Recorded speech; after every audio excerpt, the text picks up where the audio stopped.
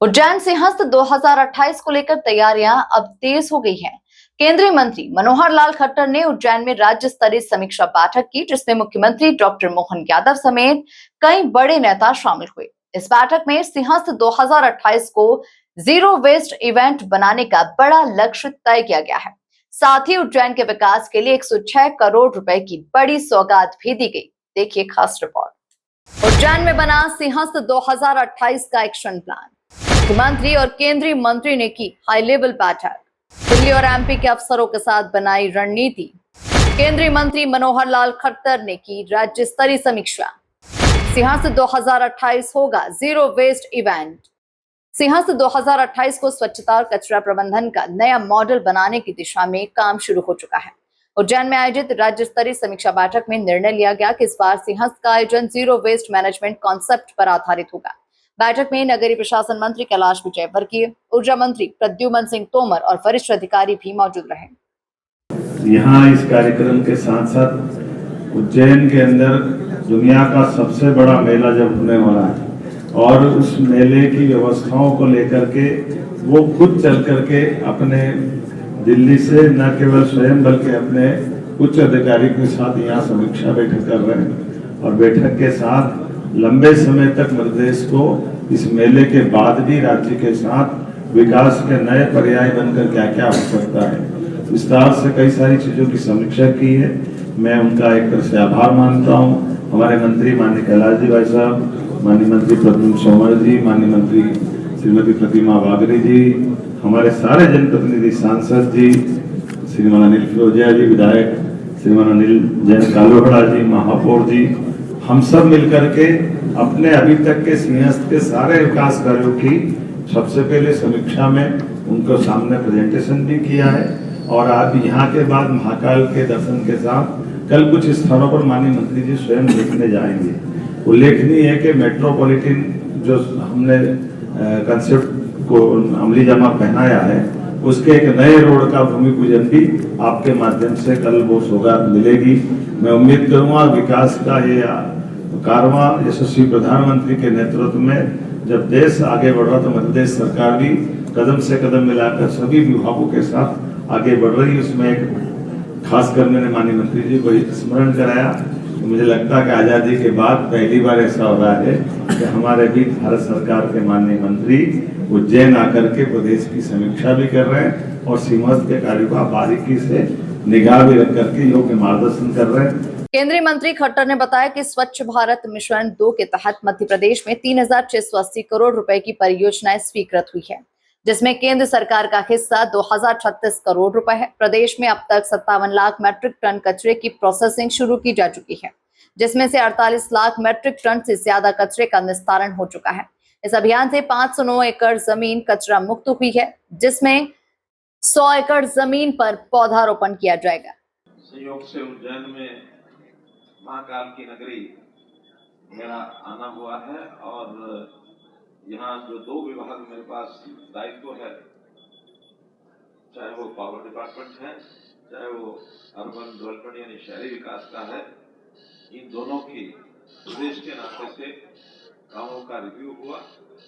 मुख्य रूप से शहरी विकास में तो स्वच्छ भारत मिशन और ऐसे ही पावर डिपार्टमेंट में RDSS मुख्य रूप से इसकी चर्चा हुई। अन्य विषयों पर भी चर्चा करने के बाद एक बहुत अच्छी सार्थक बैठक इन दोनों विभागों की हुई। हमारे साथ हमारे मुख्यमंत्री जी तो नहीं है, दोनों विभागों के मंत्रीगण और हमारी राज्य मंत्री प्रतिमा जी हैं। तो ये सब लोगों के सामने सब अधिकारियों ने विषय रखे। दिल्ली से भी केंद्र सरकार की ओर से दोनों विभागों के हमारे अधिकारीगण एक ही विषय पर चर्चा हुई, क्योंकि महाकाल नगरी उज्जैन में सिंहस्थ का कार्यक्रम अगले वर्ष के शुरू में होने वाला है। तो उसकी चर्चा से हमने शुरुआत की और सिंहस्थ 2028 इसमें जो काम इन दोनों विभागों की ओर से किए जाने थे, विशेष तौर पर ऐसे बड़े मेलों में स्वच्छता और स्वास्थ्य इनका ध्यान रखना जरूरी है।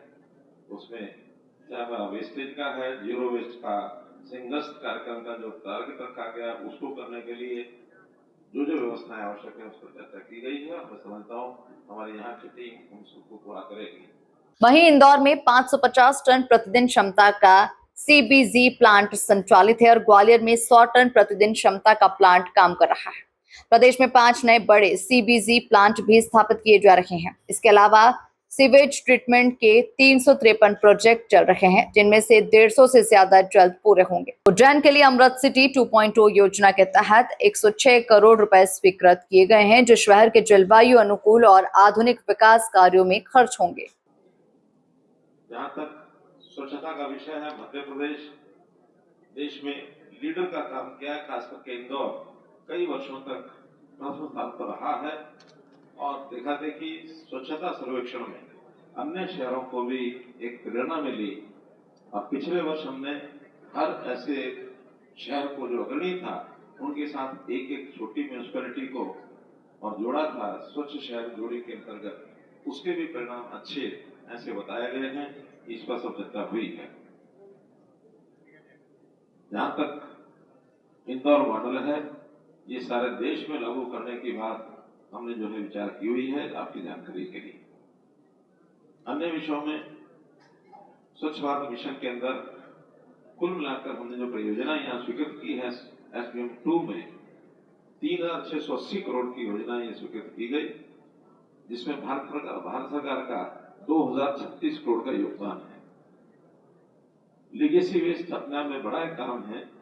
राज्य में 57 लाख मीट्रिक टन कचरा, इसकी प्रोसेसिंग शुरू की गई है, जिसमें 48 लाख से अधिक ऐसा जो कचरा है उसका प्रसंस्करण किया जा चुका है और परिणाम स्वरूप 509 एकड़ भूमि ये उसमें से कुल हमको प्राप्त हुई है, रिक्लेम हुई है।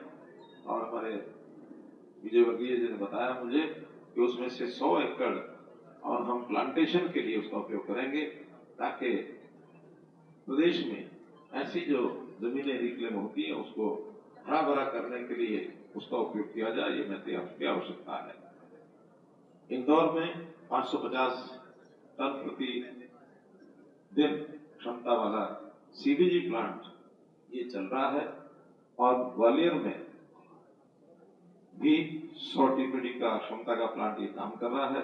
राज्य में 5 और बड़े सीबीजी प्लांट ये स्थापित किए जा रहे हैं, ताकि इनमें से हमारी घरेलू आवश्यकता, खास करके गैस की आवश्यकता, उसकी भी पूर्ति होगी और हमारा जो कचरा है निस्तारण उसको भी उसका उपयोग होगा।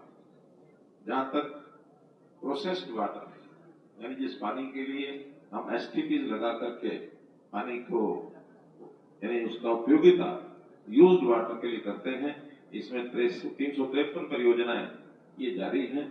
150 से अधिक पूर्ण होने की संभावना है। नर्मदा सहित प्रमुख जल स्रोतों को प्रदूषण से बचाने के लिए और इसमें बहुत बड़ी मदद हमको मिलेगी।